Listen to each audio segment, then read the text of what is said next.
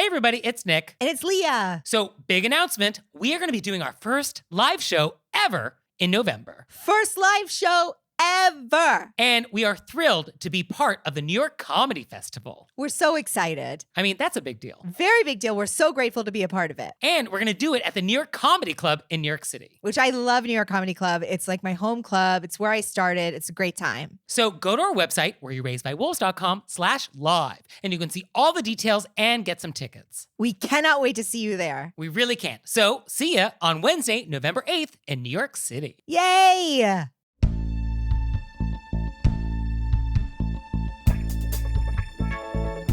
Do you butter too much bread? Do you demand other people pay for dinner? Do you forget you're not at home when seeing live theater? Were you raised by wolves? Let's find out. Here are things that can make it better when we have to live together. We can all use a little help. Some people don't ask themselves, were you raised by wolves? Hey everybody, it's Nick Leighton. And it's Leah Bonnema. And let's just get right down to it with our AMUSE-BOUCHE. Let's get in it. So for today's AMUSE-BOUCHE, I want to talk about bread. It's a beautiful, beautiful world. And as I was thinking about this, there is so much to say about bread. We could do an entire season talking about bread. We could do a season on bread. The show could just be called Were You Raised by Bread? And I would be very interested. I would listen to that podcast. So for today, though, I want to take you to a fancy schmancy dinner party. Leah, what are you going to wear? Oh, I would have a little breakdown because I just don't have fancy schmancy. Not important for this question. And so you're at a fancy schmancy dinner, though, and you're seated, and you have a bread plate, and there is a big, lovely, enormous, crunchy roll, and you have a little knife, and a little distance away, there's a ramekin of butter. Leah, would you like a little bread and butter? Yes, obviously everybody knows I don't eat wheat, but I'm going to just go yes. And so, Leah, what is your technique? What I do is I have a roll. You have a roll. I would tear my roll in half. I'm just going to say what I would do, and then we can pick Say it what apart. you do. And this is honestly what I would do. I would tear it Yes. apart, and then I would take my butter knife, and I would ramekin it, and then I would do half of the roll. Okay, so we're taking butter from the ramekin, putting it on half the roll. Yes. Okay. Maybe I should be putting it on my plate and then doing half the roll. So the first thing to note is this is a trick question because at a fancy schmancy dinner, you probably actually wouldn't have bread and butter. Bread and butter is typically not served at formal meals. Now, this is not necessarily true anymore. You know, the idea of what formal is has changed. There was a time when black tie was considered informal. So, you know, things change. And bread is great. Like, who doesn't love bread and butter? But it is true that at a very formal meal, you would not actually have like bread and butter. But for the purposes of this question, we do have bread and butter, and how do you eat it? So, yes, the idea is that the communal butter needs to stay communal. So we do not want to sully it in any way. It is a shared resource. And so you would want to take the butter from the communal butter to your plate and turn it into personal butter. You need to make the conversion between communal to personal. We do not go from communal directly to your food. It's like an artist palette. You don't take the paint out of the tube and go right on the canvas. You got to take the paint on the tube and put it on the palette, and then we take the brush, and then we take the paint and we paint the picture. Toast is your canvas. So let's talk about the rule when it comes to the bread part.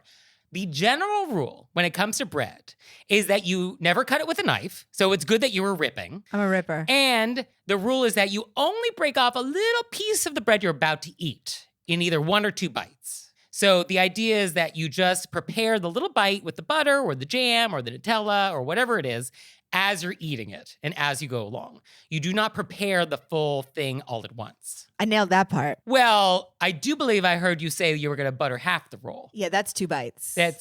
Okay. All right. You found an exception then. Okay. And this goes for scones. This goes for croissants. This goes for like most things. And you also don't eat the roll like it's an apple. So we also don't want to do that, just to make sure we're clear on that. But if I saw somebody doing that, I would enjoy it immensely. A lot of bad etiquette is delightful to watch happen, but we still don't want to do it. I'd be like, that person loves rolls. But there are exceptions, of course. So like bagels, obviously use a knife on a bagel. And ideally a bagel would come to you pre-cut. Like, there's nothing more annoying than like dining somewhere and you order like the bagel and like it's just a whole bagel. And you have to then use your knife, which is never sharp enough. And then you're going to like injure yourself. Like, no good will come of this. But if you do get a whole bagel, yes, use a knife on it. This is an exception. Now, what about something hot though? We have like lovely hot biscuits right out of the oven. Oh yeah, and you want that butter to melt on the whole thing. And you want that butter to melt. What are you supposed to do? You're going to butter the whole thing. Is that allowed? I'm going to say I don't want to live in a world where it's not allowed to butter something when it's hot. So Ms. Manners has weighed on this question, and she says, quote, amateurs fail to understand that knowing the rules is not sufficient. As in the legal profession, a judge must also know how to weigh the circumstances and consequences of applying the rules.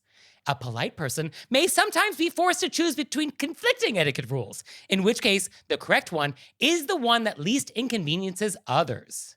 So it is true that bread should be buttered in bite-sized pieces. But if you wanted your bread buttered while it was warm, you were right to do it yourself, rather than call over the waiter as you finished each bite and send the next bit of bread back to the kitchen to be reheated. So, yes, if it is a hot thing where the idea of the melted butter into it is really going to enhance your enjoyment, then have at it. Thank goodness. Right? I mean, etiquette can be sensible. It's not just arbitrary. We're not letting warm bread go to waste. No, this is not a world I want to live in. No. What an insane thing. Right. It would be insane if the rule was, oh, you have to deprive yourself of this enjoyment. Insane. Totally insane. I also do think that if I was at a table where we all were sharing the same butter, which doesn't really happen to me, I would never go back in with my knife. Well, here's the thing though. You probably could because your knife will never touch bread that has been in your mouth because you're only ripping bread off and buttering pure bread. Yes. That has never been sullied. Yes. Because you're not taking bites of bread and putting it back and then buttering that same bite. Or licking the knife. I would never lick a knife. Or licking the knife was not on my list. We should put it on there. I mean, it should be on there.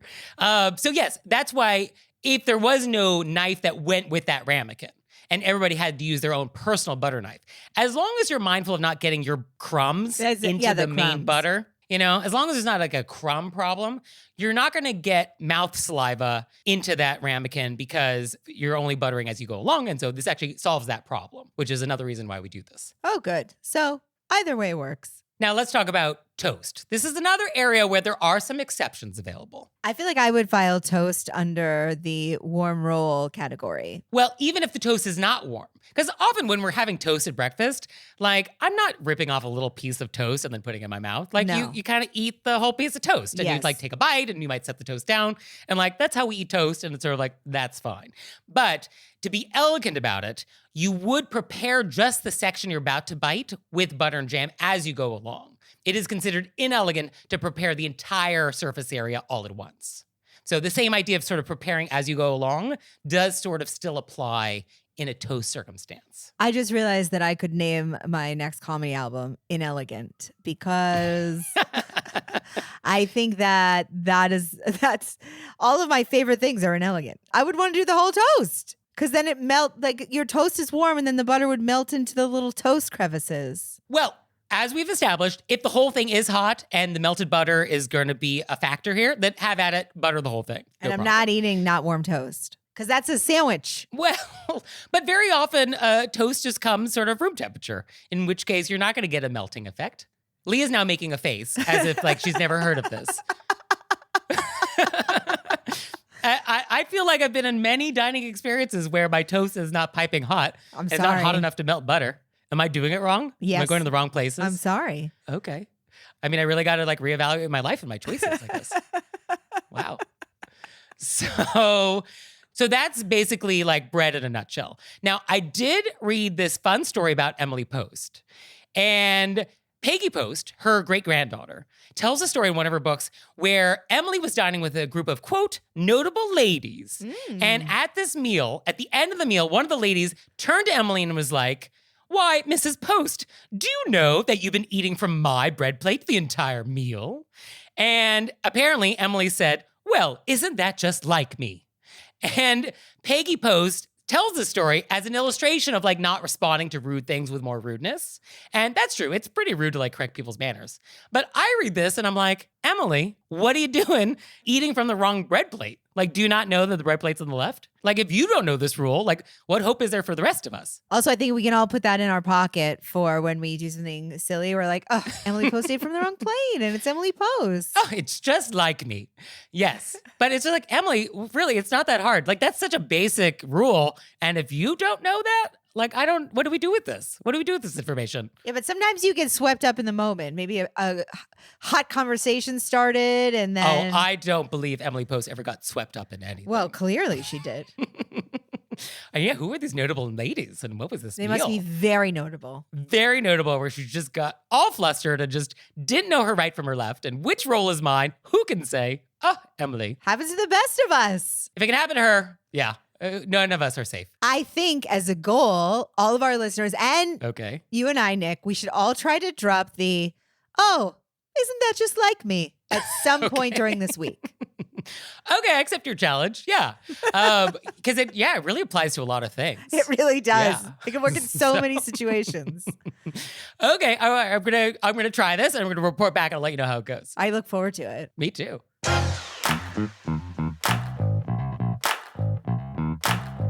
And we're back. And now it's time to go deep. Deep and on a date. Deep and on a date. So for today's question of etiquette, I want to talk about going on a first date. Ooh. Yeah. So I want to talk about like through the lens of etiquette. And so the first thing that comes to mind is who pays. This is like the first thing that comes to mind when we talk about first dates. In my mind, it's whoever did the inviting. Yeah, I mean, I think in etiquette world, generally speaking, whoever issues the invitation is the host. Yes, I think that is generally sort of like true. Now, I think in a lot of first dates, though, who the host is actually a little more vague or it's more casual. Like, let's say this is Tinder and it's like, hey, maybe we should grab a drink sometime. Oh, that would be fun. Oh, what are you doing Saturday? Oh, maybe like 2:00.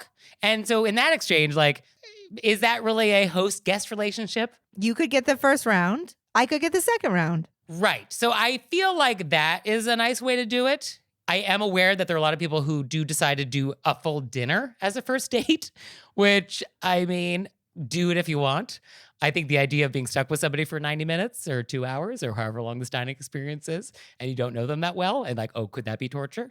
Not a great idea. So I think like drinks, coffee, museum, walk in the park, maybe a better idea.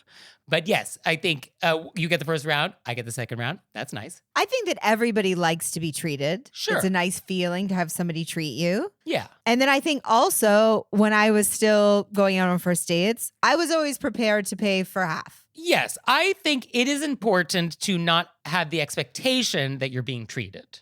I think it is nice to offer to pay half if somebody offers and to do that dance, which is like, oh, are you sure? Oh, like, no, allow me. Oh, no, really, I've got it. I think just to sit there with your hands clasped as the check arrives and be like, well, clearly you're going to be paying for this. That's not great. No, that's rude. And I actually was reading that there's a divorce lawyer who has weighed in on this topic. And he says that if someone does that, that's a red flag because that's just a red flag.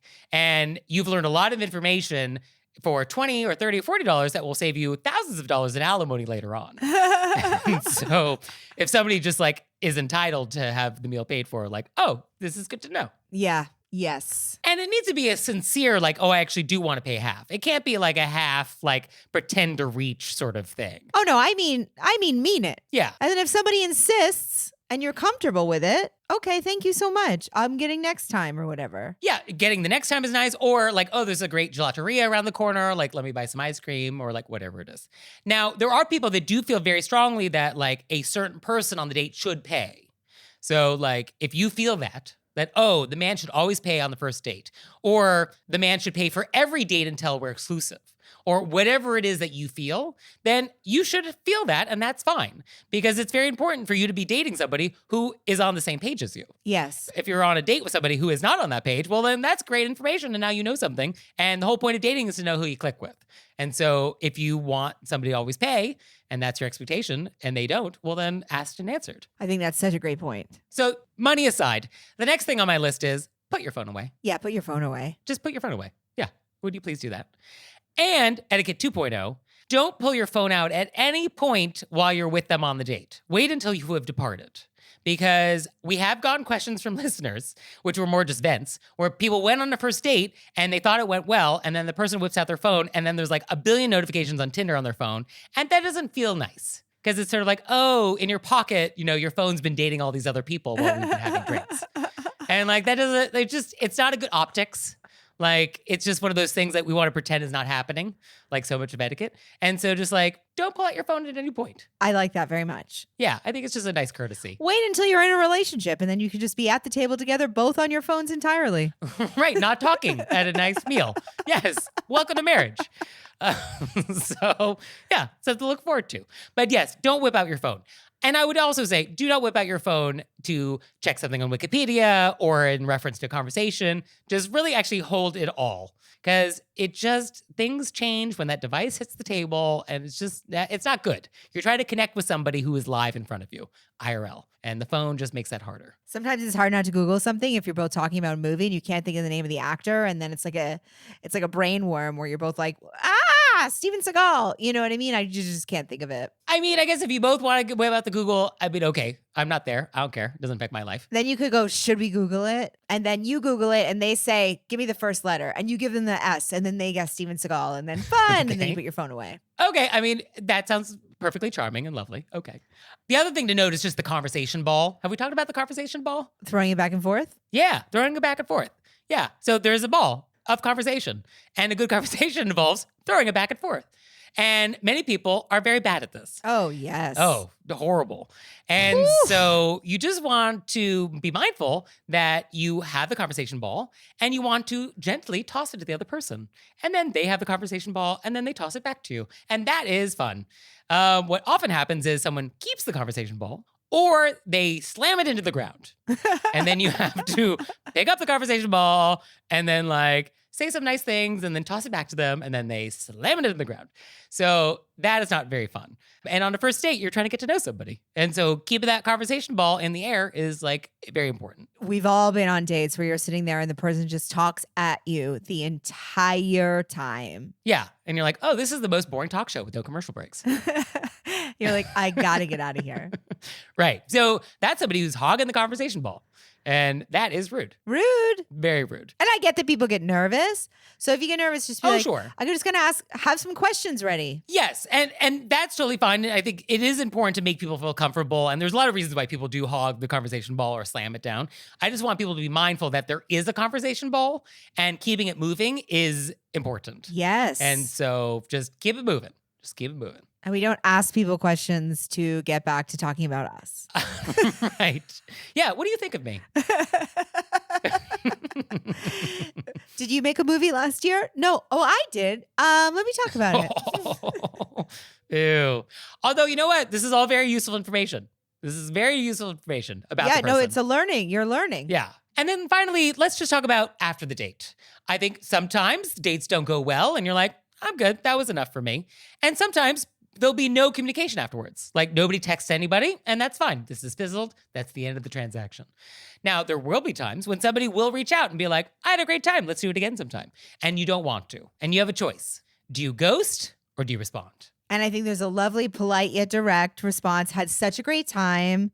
I'm not feeling it in that way. But I had a great night, and thank you so much. And then we just kind of leave it at that. And that's like polite, that's direct, it's mature.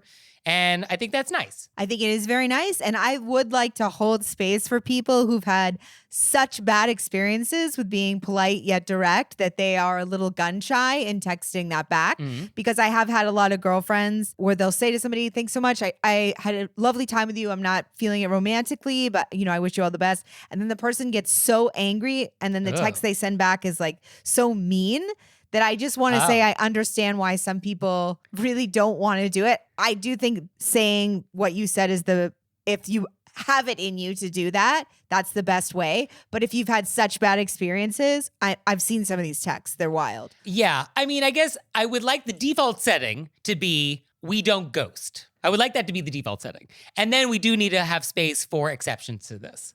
Where I guess there are times when like not responding is maybe the right way to go. And I guess you just have to use your judgment in terms of like when that is appropriate based on your needs. Or also if you were on a date with them and it was like a... Well, if you're on a date with them and you're like, oh, this person might actually send a wild text like this and like I need to set a boundary, then yeah, I feel like ghosting, that actually is one of the occasions when ghosting is allowed. Yeah. Have at it then.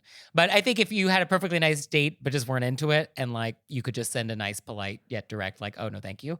That would be my preference if possible. Absolutely agree. But yes, people get wild on texts. People get really wild and super rude. I'm remembering one very specific one now that came to me that I still remember 25 years later. 25 years later. Oh, wow. Okay, so yes, and you did the polite thing. You did the polite thing. And sometimes doing the polite thing still is not enough. And as a polite person, sometimes this is just the world we live in, unfortunately. What is it? Heavy is the head that takes the high road. Is that what it is? Okay. That's what I've changed it into. Heavy is the head that wears the etiquette crown? Ooh, can we get etiquette crowns? Oh, that's an accessory I need. We could, but mine will say inelegant. Okay. And mine will say elegant? Yours will say elegant. I mean, it feels kind of inelegant to have a crown that says elegant. Shouldn't it be inherently elegant? Yours just doesn't say anything. Right, yeah. I feel like it's just like when your own initials are enough. Yeah. So, first dates. So, have a great time. You know, you can't get a job if you don't apply. Have a fun time. And just treat everybody with respect and the way you would want to be treated. And there's a lid for every pot. And if something goes horribly wrong and somebody commits a major etiquette crime, we're here for you. And let us know and send us text messages or leave us a voicemail or send us an email about what happened. And we would love to hear about your bad first date etiquette. And then we'll collectively get rid of it and we'll exercise it. Yes, we'll have an etiquette exorcism. That would be. Oh, that's a new service. We That's should a do new service we an can offer. etiquette exorcism. I think a lot of us are holding back a lot of stories that we need cleansed. Yes, cleanse is the right word. Yeah. And then think of the outfits, Leah. I have visualized capes, maybe? Oh, definitely. There's definitely a cape, a good sleeve. Yeah, we have our capes and then we have our etiquette crowns. I mean, what a look. We should show up at your house.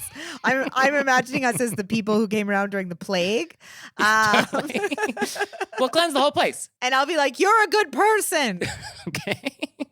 All right, I'm going to get my sewing machine out right now. I'm going to make some capes. Yes. And now it's time for Intermezzo. Intermezzo. So this episode is brought to you by Helix. And I was so excited that we were going to be sponsored by Helix because I recently had spent the night at a friend's house and slept on their mattress. And I loved it so much. I asked them, what is this mattress? And they were like, Helix. And I said, no way. We just got sponsored by them. So I took the Helix sleep quiz to figure out which of their 20 mattresses was like the right thing for me. And I like something firmer. I like something a little cooler. And then I toss and turn. Like I'm not a side sleeper. I like options. And so I took the quiz and I got the Helix Twilight Luxe mattress. And I've been sleeping on it for the past like 2 weeks and it's great. Definitely an upgrade from my old mattress. It's super comfortable. And I love that they give you a quiz so they can match you with the right mattress. So Helix is offering 20% off all mattress orders and 2 free pillows for our listeners in honor of Labor Day. Go to helixsleep.com/RBW and use code HelixPartner20. With Helix, better sleep starts now. What's up? It's Kaylee Cuoco. When it comes to travel, we all have a happy place. I just went to my happy place. I just went to Maui, and it was truly amazing. Priceline has always been about getting you to your happy place for a happy price with deals you really can't find anywhere else. Like up to 60% off select hotels in Costa Rica or 5-star hotels for 2-star prices in Cabo. Go to your happy place for a happy price. Go to your happy price, Priceline.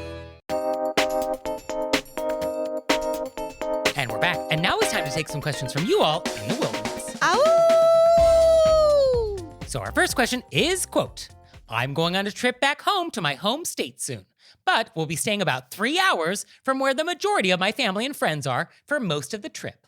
I want to let them know that I'm coming, but I'm also not willing to drive to see them. They'd have to drive to see me.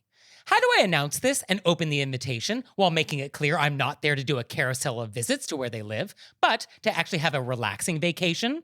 I'm afraid they'll be offended when they find out I traveled nearby without telling them about it first. Help. I wrote a little text I thought you could send out Oh, okay. Let's hear it. because this feels like a very Leah question. Yeah. Yeah. I can see you having this issue. So I don't know where you are, so I just made it up. Okay. Narnia. Yeah. Hey, I'm going to be in Narnia on blankety blank blank, Mhm. but I'm staying in this part of Narnia. If you're driving through, I'd love to see you. Yeah, I think that's good. I guess my first thing was like 3 hours away. Like, do we even need to announce anything? Like, that's very far. But what if, say, you are living in New York City? Right. You grew up in Orlando, Okay. but you're going to be in Naples. Okay. So it's like I'm in the state. I'm in the state. I'm letting my friends and family know I'm in the state. I don't want them to feel like Right. I hid being in the state, but I'm going to stay in Right. Naples. I'm maxing and relaxing. If you're in the area, please feel free to swing by. Yeah, I guess that's nice. And I guess we would want to do that rather than just seeing it on Instagram that like I'm in the state. And then it's sort of like, oh, you didn't call. Yeah, and seemingly our letter writer is like happy to see them if they come down to where they are. Right. And yeah, I guess I would probably just say like, hey, I'm going to be in Naples and I will be free on this date and this afternoon if you happen to be able to come down. Unfortunately, I'm not going to be able to come to Orlando this trip, but if you are able to come over to Naples, then would be delighted. Yeah, I guess that's what we would say in that kind of tone. And then if they're offended, I mean, I guess, what do we do with that? Sorry. I can't imagine why they would be offended. I can't come up this time. Yeah, it's not possible. This is a break. I'm taking a break. Yeah, and if you want to be offended, well, then I guess you do you. You do you. Enjoy being offended, but I can't get involved. And then you could just repeat, love to see if you want to come down. Yeah, that's all you can do. Well, great. Well, this was easy peasy. I think it's just that when we go home, we feel a sense of obligation to see everybody. Yes. And that in itself becomes like a lot to do. And so you want to be able to go on vacation in a place nearby and not see people, but also let people know I'm on a break. You're not obligated. Yes, because going home, I think few of us feel like going home is a vacation. We might enjoy going home and it's lovely and all that, but like to use the word vacation, I don't know if that's always the word we would use when we're like going home. So I get this. Because you want to see a lot of people. It's a lot of scheduling. But I think this is the perfect way to do it. You got to take a break. You're having downtime. Anybody's welcome to come by. Yeah. So Have a great trip. have a great trip. Yeah, don't feel guilty. So our next question is, quote, "This happened a few weeks ago, but I'm still haunted. I was picking up some pizza and there was a bell that said, 'Please ring for service.' I didn't and got service in a few minutes. Was I wrong not to ring?" I love the aversion to bells. Even when there's a note, ring the bell. It just feels so aggressive. So would you have rung or not rung? Because this question feels like something out of your life. If there was a note, I feel like I would have rung. Okay. But I can also visualize myself standing there not wanting to ring. And I mean, I visualize it clearly because I'm sure I've done it. But it's just that people are in the back and they can't hear you. But even if there wasn't a note, there's a bell on the counter. What else is that for? It's not decorative, No, I know, but right? yes. It's not decorative. No, it's a good And point. we can all picture the bell. It's like the little Yep. metal bell thing that is like, oh, it's a bell for ringing, for service. Like that's what, like why else do we have this bell? Why is this manufactured? If there's no note, maybe somebody just put a bell there and not the people Oh, that it's just one of those stray bells. it's a stray bell. Okay. And then they think that you brought a bell and rang it. Oh, BYOB. Yeah. I mean, wouldn't it be amazing if you actually just went around New York City leaving those bells Yes. in different stores? Yes. And you just slap one on the counter and just like see what happens. And just like, oh, now people are ringing for service at Lululemon. Then you come out and you're like, there wasn't a bell here. That would be so great. So let's assume this is not an errant bell Not an errant bell. and that you are supposed to ring it for service. I feel like that's what this is designed for. Now, I do think that there is a time when it's appropriate. So I do think we want to give it a beat to make sure like, oh, this counter is not staffed at the moment. Okay, I will summon someone by hitting the bell. I don't think we want to have someone walking towards us, making direct eye contact with us, and you reach over and you hit the bell as they're walking towards you. Oh, can you That would imagine? be so amazing. Or you That would do be one of so these. amazing. Ding, ding, ding, ding, ding, ding, ding, ding, ding. Or you actually are having a conversation with somebody and it's a customer service problem where they're like actually not able to help you or you're upset and you ring the bell and you're like, maybe I can get some service. No. I'm ringing this bell now because I was hoping to get some service. No, but I guess there's people in the world that just feel bad about ringing a bell like this. Because what is it, Leah? Get me into your head.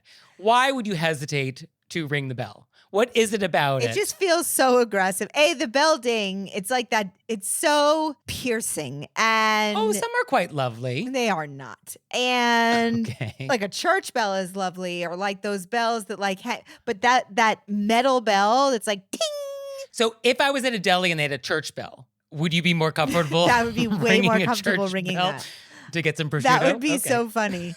It's just like a lower tenor. I mean, does it feel like you Feels demanding. summoning like the staff? Yeah, Does it's it like, just feel like a hey. little upstairs downstairs? Pay attention to me. That's what it feels like. Yes, a little upstairs, downstairs. Okay. But what it is that they can't hear you in the back. It's all these other things are just our fears of what we're gonna. Well, and also it's designed to actually make their lives more convenient. Yes. So rather than just hanging out up front, seeing if anybody walks in, it's actually designed for their convenience where they can be in the back doing whatever they need to be doing. And then like when somebody shows up, like, oh, they know. So it actually is helping them. Yes, that's why I would ring the bell. Yeah. But it would take me that second to be like, this is just what it is. They're in the back and they're doing stuff and I'm letting them know I'm here. But all those other feelings would come up first. So I totally understand why our letter writer is, quote, still haunted. I am going to go buy some bells and I'm going to leave them around New York City. And we're going to see what happens. Please make videos. Can you imagine if I did this? I can imagine. I just imagined it. And Okay. I want a video. Well, I'll keep you posted. And in the meantime, do you have questions for us about anything? Let us know. You can let us know through our website, wereyourbaisedbywolves.com, or you can leave us a voicemail or send us a text message, 267-CALL-RBW. This episode is brought to you by Pete's. Few things start your day better than a good coffee. That's why Pete's hand roast their coffee from a specific selection of high-quality beans. And they don't just put those beans into anyone's hands. Pete's trains their roasters for 10,000 hours so they can master the roast that gives you the most. Pete's Coffee. Coffee for coffee people. Find Pete's online or at your local retailer. And now it's time for an intermezzo. Intermezzo. So Patreon, it's a way that people can support us and our show. And we would so love and appreciate your support. We really would, because we do this all ourselves, and your support really actually makes a difference. Makes a huge difference. And we try to make that Patreon fun. I mean, we have some videos, we have some audio, we have some pictures. Yeah, no, it's a party. So go to our website, click on monthly membership, and see if it's something you'd like to do. Thank you. Thanks. And we're back. And now it's time to play a game we like to call Vent or Repent, Vent or repent. which is our opportunity to vent about some bad etiquette experience we've had recently, or we can repent for some etiquette faux pas we've committed. So, Leah, would you like to vent or repent? I'm a vent. Okay. What has happened? I know that statistically we were hoping for more repents. I mean, I hope for nothing at this point. All right, what's happened for you? Okay. I'm at the dog park. Uh-huh. I'm there early. Okay, it's a beautiful morning. Beautiful morning. I'm over by the water pump. Mm-hmm. They have a water pump for dogs. You fill up the dishes or you fill up your own dish. Okay. You know, I usually have my own dish. There's a woman there. Uh-huh. Becomes clear very quickly that she believes these are her water pumps. Oh, okay. And they are not, to be clear. This is They are not not. her. This is a park. not her dog park. Okay. And she is the mayor of the water pumps, Oh, okay. telling you which ones. She was like, that's fresh water. That's not. And I just, hey, have a great day. I got my hey, have a great day face on, Nice. not fighting over a water pump. Hopefully not. And then I even doesn't matter how I do it. I'm pumping the water, how I pump the water. I mean, are there that many methods? Exactly. Also, if I'm Okay. getting the water into my cup, If there's water that is now coming out of the pump and into your dish, I think we're good. yep, there's water Yep. coming out of the pump into my little lacy dish. She yells from the other side of she's now sort of circling the pumps, just watching me touch her Okay. property that's not her property. She yells, why would you ever pump water like that? That's not how it's done. Wow. What? Well, I guess now it begs the question, how were you doing it and what did she want you to do? The thing is that it doesn't matter how I was doing Fair it enough. because Yes, I don't- it has you're right. nothing to do with her. Literally That is nothing to true. do. And Yeah, the fact that that she is would true. comment on it and she's so offended by I'm pouring water. It's an open park. What is your problem? And she starts walking towards me. Wow. It was I mean- just unhinged. I'll tell you how I do it if you want to know. I take the bowl Uh-huh. and I put it between my knees. Okay. People put their dog bowls down on the ground and then do the pump. Okay. Might splash But I hate it because it splashes. Okay. So you have it a little higher so it doesn't splash. So it doesn't Okay. splash. I'm not wasting water. Great. And I'm getting in a great glute workout. And so this is the problem? Yeah. Why would you do that? Who pours water that way? I mean, she didn't stop. And I was like, I can't. I cannot. It does never fail to blow my mind how much free time people have. Yeah, what are you doing? Just the amount of bandwidth that this takes. And it's like, I don't have this bandwidth to be emotionally invested in the way a stranger is pouring water out of a water pump. Like, I just don't have that in me. I just don't have the bandwidth. And like, how amazing that you have this bandwidth. Like, what an achievement. Thank goodness we have a water pump police because Yeah. people would just be out here giving their dogs water in all different kinds of ways. And what do we do with these kind of people? I mean, I guess smile and nod. That's all we can do. I just smiled at her and I go, hey, that's how I do it. Wow. Well, I guess the dog park never fails to provide good content. No, it really doesn't. I mean, can you imagine? It just is like people have too much free time. I guarantee she's like this in every aspect of her life. Oh yeah. No, this is not limited to the water pumps at the dog park. Oh, that's for sure. I felt like her dog looked over at me and was like, you don't even know. You have no idea what I'm I feel dealing sorry with. for the dog. The Yeah, dog was absolutely. like, you cannot believe the stuff I have to put up with. Well, speaking of putting up with stuff, I would like to vent. So I was in London last weekend, which was super fun. And I went to the theater because I like theater here and they have theater there. And like, why not? So I went to go see Cabaret, great new production. And when you walk in, they ask you for your phone and they take a sticker and they put a sticker on the camera on your phone. Oh, And wow. right, isn't that amazing? Yes. And I've never seen that before. And like, that makes so much sense, which is like, oh, please just enjoy the experience at the show tonight and don't take pictures. And we're going to put a little sticker on your phone to remind you of that. And I'm like, what a refreshing thing to be at a theater that is so conscientious about the etiquette of its patrons. Like, what a great thing. Like, Love we it. don't have this in New York. We could take a page from this playbook. And before the show starts, like in the bar area, there's performers dancing like on the bar and there's musicians. And like, they really did create like this cabaret vibe even before the show started. And like, oh, isn't that fun?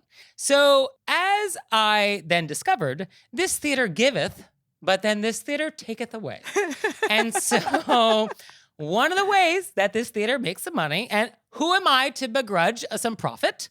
But one of the ways they do make money is they sell drinks. But with those drinks, they also sell snacks. They sell snacks. And they sell something specifically called drink biscuits. And these drink biscuits come in cardboard boxes, which are apparently hermetically sealed shut and impossible to open delicately. And inside these little cardboard boxes is the loudest cellophane you have ever heard. Like, I don't know what kind of NASA material this is made out of, but this is very high-tech cellophane that is very audible. And then the biscuits, which is a British word for cracker, are dry as all get up.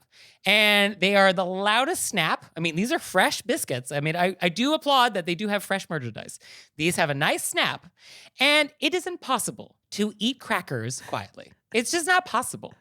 And so now I'm in a theater full of people who have these boxes of drink biscuits, and everybody has them because everybody got a drink, everybody has biscuits, and they're ripping out this cardboard, and it's so loud, and then they're crinkling all this cellophane, and then they're eating all these biscuits, and it is the loudest snacking you have ever heard. It is so loud. It is unbelievably loud. I've never been in a space with more munching happening, and it's like, you guys are not at home. This is not home. Like, I'm a real person. Those people on stage are real people. Like, all this is actually happening. And the person next to me, I did like catch their eye and I was sort of like, are you really going to like eat this entire thing? And then they try to eat the biscuits more slowly, which is actually the wrong move. To eat a biscuit slowly, what you end up doing is you put the whole thing in your mouth and then you actually make your mouth cavity larger, which in terms of harmonics amplifies sound. The sound of the chewing was louder. And now all I can hear is chewing. That's all I can hear. I just get to hear 1,000 people in this space chewing. And so I want to vent because I don't feel like we should be snacking in a live theater experience. How about if it's mushy? Okay, I will give you mashed potatoes. I will give you Jell-O shot. Oh no, do I want Jell-O shots? No, because then it's a slurping thing that's happening and that's not good. Maybe a mutton? Mutton. Yes, I want sloppy joes, mutton, A cream of wheat, perhaps? rice pudding. No, I don't think I want food in the theater. I think maybe we just don't do food in theater situation. Drinks, fine. I can handle you sipping as long as it's not like a Slurpee. But yeah, the drink biscuits, it was real aggressive. So one thing I do like, though, is that bad etiquette at the theater is universal. And so I do find that unites us. You know, maybe us and the Brits, we're not that different after all. So I do take some comfort in the universality of it all. But just don't munch. Don't munch. I love visualizing the person next to you, seeing your eyes, and then just putting the whole thing into their face. Yeah, no, it was like the slow-mo, like, oh, I'll be now real quiet, which actually makes it 10 times louder. Yeah, it was distracting. While cabaret is going, while people are singing. While cabaret is happening, and you know that the munching was not happening during the loud moments or applause breaks. It was like, oh, no, World War II is happening, and it's a real quiet moment where we're trying to actually be very poignant and emotional, and like, oh, let me take the most quietest, silentest part to take a bite. Yeah, that's when that was happening. Yeah, it's like if you're gonna snack, we snack during the loud numbers. Loud numbers. A lot of stomping. The stomping, get that snack out. Stomping in rhythm, preferably. Yes. On the 2 and the 4, not the 1 and the 3. Okay? I want you to chew on the 2 and the 4. Unless it's an offbeat dance, then feel free Right. to chew on the 1 and the 3. If it's syncopated, we're going to leave it up to you. But just do your best with that.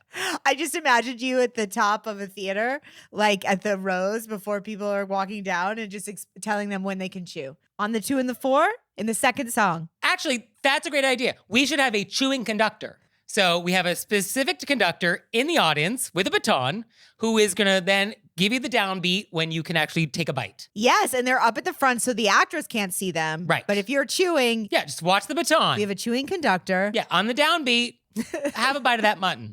Yeah, that's how that should work. Okay, well, we solved the problem now. Solved the problem. Great. All right, mission accomplished.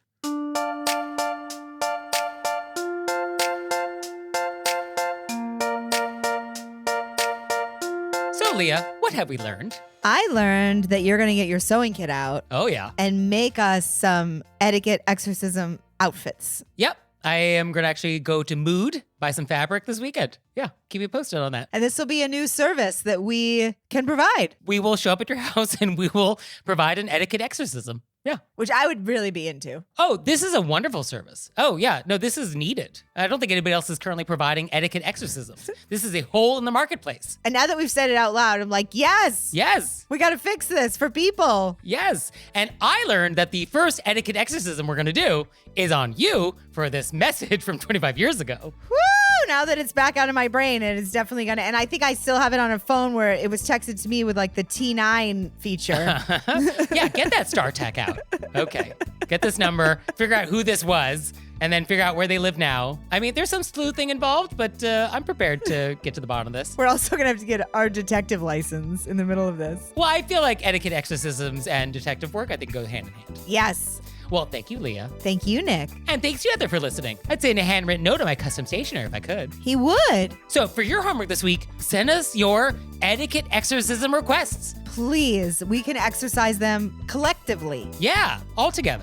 So anything bonkers that's happened that needs an exorcism, we're here for you. Just let us know what happened and we'll do the rest. We be exercising. We be exercising. So please send those in and we'll see you next time. Bye. Bye.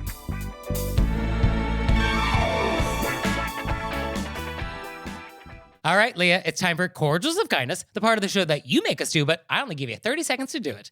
Ready, set, go. So I would like to do a cordials of kindness to Joy Wong, who came out to a comedy show, and she actually brought some Were You Raised by Wolves merch. Yes. And had us sign it. And then she was an absolute delight. We had a fun combo. And then she sent pictures that she took, and they were lovely pictures. And also, may I say, at a very nice angle. So I really appreciate that, Joy.